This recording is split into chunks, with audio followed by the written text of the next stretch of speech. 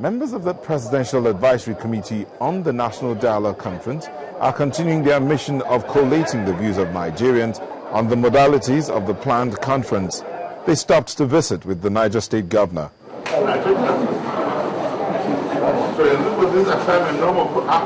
we want to know here in Niger State what issues you think should be included in the agenda. We also want to know your opinion about how long this national dialogue should last. We want to know your views about how should delegates to this national dialogue be chosen. Governor Aliyu seized the opportunity to applaud the federal government for the conference and also advised the committee on the procedure. As long as the National Assembly is on the ground, no matter what you do, even if it's a referendum, that those issues that have been taken for referendum, including the voting pattern, must be taken to the National Assembly for framing it into our Constitution. The courtesy call over, the members of the committee went straight to the business of the day, a stakeholders interactive session where many groups bear their minds on the modalities for the national conference. The conference should not be based on ethnicity and religion, as it will result in narrow objectives that will be driven by these sentiments. Rather, it should be based on factors that will build unity and mutual respect. An executive bill should be presented to the National Assembly for powers to be given to Mr. President to convene the conference. The composition of the membership of the confab should be 80% by election, 20% by nomination. The task given to the Presidential Advisory Committee is one that many await the result with bated breath.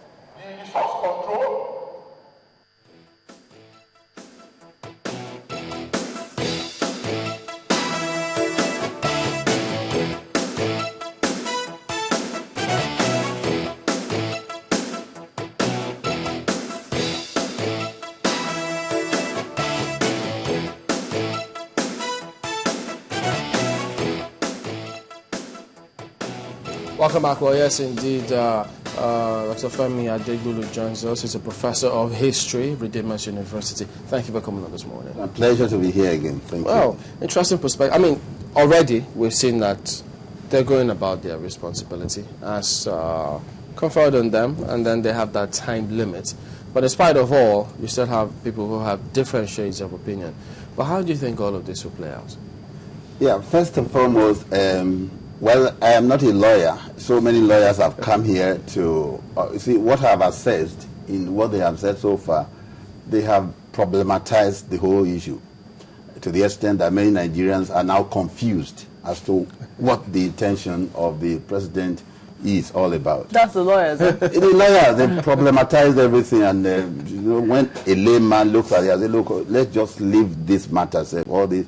Now, I think we have been clamoring for a very long time for sovereign national conference. And some of us have not deviated from that call. You call it conference, you call it whatever. If it is not sovereign, it will remove the subliminal content and the sacrosanctity of the people's will from the whole thing. People are calling for it because Nigeria is not running well. People are calling for it because they have been shortchanged. People are calling for it because there is disgruntlement all over the land. The people elected are not functioning the way they should function. The people do not have a life anymore. So they want a life of their own. So they are calling for a people-oriented constitution that will recognize the fact that they are living in a country. So if we are talking about national conference, it should be sovereign, which means it should consider the wishes of the people. Agglomeration of all the wishes of the people that make up Nigeria should be there. Let's start from the word sovereign, because sovereignty has been defined by different people here. Some say it lies with the people, some say no, it is with the government or within the assembly. And others have actually said, no, you just donate a little of it and you keep some part with yourself. a historian you are, and you've actually followed this. What's sovereignty in this particular discussion? Thank you very much. Sometimes those who even ought to know, they come here to do what I call intellectual dishonesty by trying to confuse certain terms, like as simple as sovereignty. A year one student of political science in the university knows that there are two basic types of sovereignties. There is legal sovereignty, there is popular sovereignty. The popular sovereignty resides with the people. And these same people confer sovereignty to those they elect.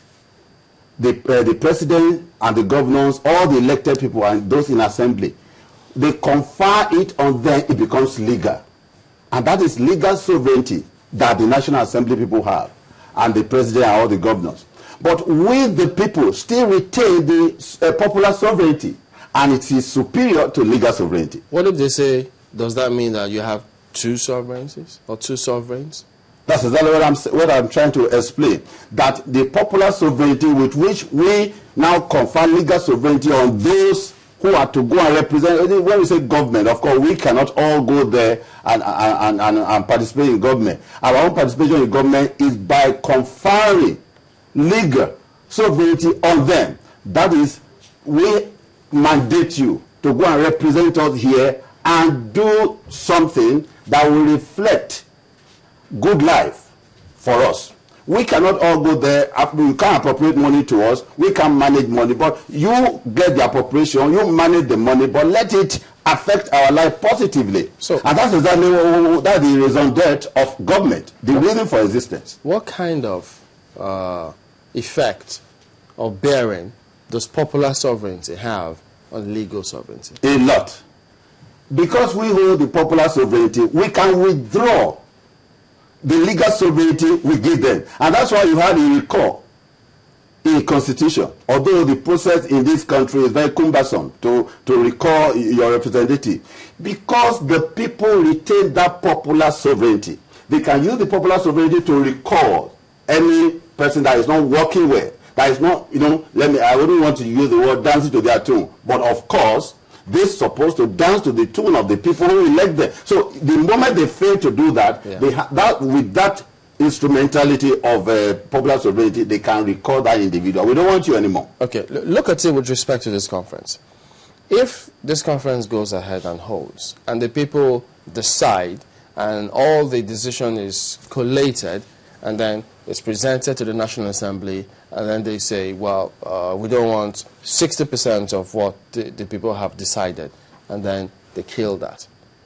So, would you then say that popular sovereignty can then decide to kick in their own steps by withdrawing, but damage has been done already? That's where the problem lies. When we clamor for sovereign national conference, we do not envisage any decision going back to anybody. Why not?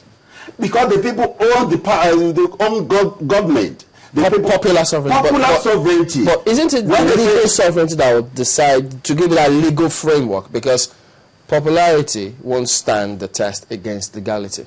The problem here is this. If the aggregation of the views of the people are now submitted to the National Assembly, who ab initio did not see any reason for this whole thing, because some of them might even feel threatened out of ignorance that maybe they are going to lose their position. If you now submit this same sacrosanct views to them and they kill it, the whole effort will be in futility. And that's why sometimes although when the chieftain of APC said that the whole thing is rubbish and all that, some of us took it with a pinch of salt because he's a politician. But now we are beginning to see what we did not see then. When the president made a pronouncement that of course the whole thing is going to be submitted to the National Assembly, we just knew that it's another jamboree. It's another jamboree and we are used to it.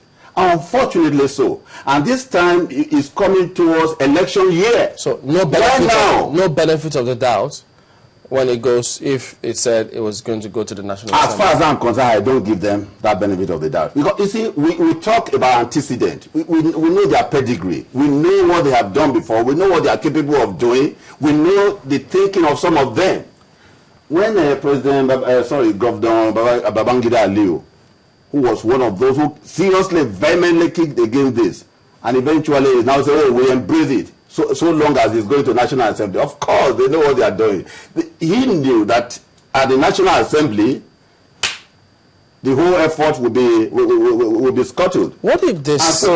What if this advisory committee says, "Well, we've gone round. You told us to go round within the time frame. We've done it," and this is what the people say. They say they don't want it to go to the National Assembly.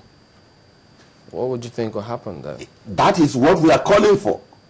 So if that happens, it means that they are tilting towards the sovereign national conflict, which is what we need now. Let's be frank with ourselves. We have gone a lot of rigmarole. Yeah, what I was trying to point out is destiny for so long. It is now to face the reality. I'm trying to point out the fact that if this committee comes up with that, wouldn't it then mean that a lot of people have jumped the gun by running with the president's comment saying, look, it will go to the National Assembly as a tone of finality?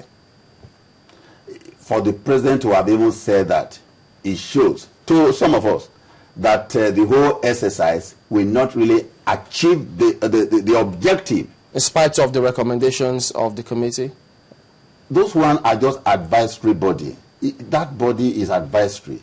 And so the president is still going to take the final decision. And that also must be in tandem with his own original objective, which many of us don't want to say on air. Mr. Adegbulu, you also have a no-go area. Because you see, you should have no-go area at all. Because by the time you begin to give, okay, you should not touch about it, you should not touch about this, you are already spoiling. I wanted him to talk more on the distrust. You know, you seem not to have some kind of faith in some organ or arm of government. Now you say if it goes to the National Assembly, well, it won't come out the way we all expected it to come out. But for those that have argued, even someone like Governor Babangida Aliyu, they all are optimistic that truly this assembly is quite different from previous assemblies. So what is it you have seen in the assembly as it is presently that will make you say you don't have any trust or faith in it? It's only when we can have a proof that the leopard can now change its spot, then we can say, okay. Haven't they been showing that they're changing? I have not seen things that ordinarily they wouldn't have done in the past? I have not seen any fundamental thing they have done. For instance, in the area of unemployment, that is ravaging the land. What can they do? What can they do? Because we are told that the National Assembly can make and unmake. Because we heard them propose, I mean, that people who are unemployed should get stipends and what have you. But really, what can members of the National Assembly do in terms of laws? What do you want them to do? Sometimes... I'm just asking. No. Sometimes when I hear comments like this, I laugh. You see, because, for instance, you know what happened in other climes? When you have a situation like this, that the unemployment deprivation is overwhelming,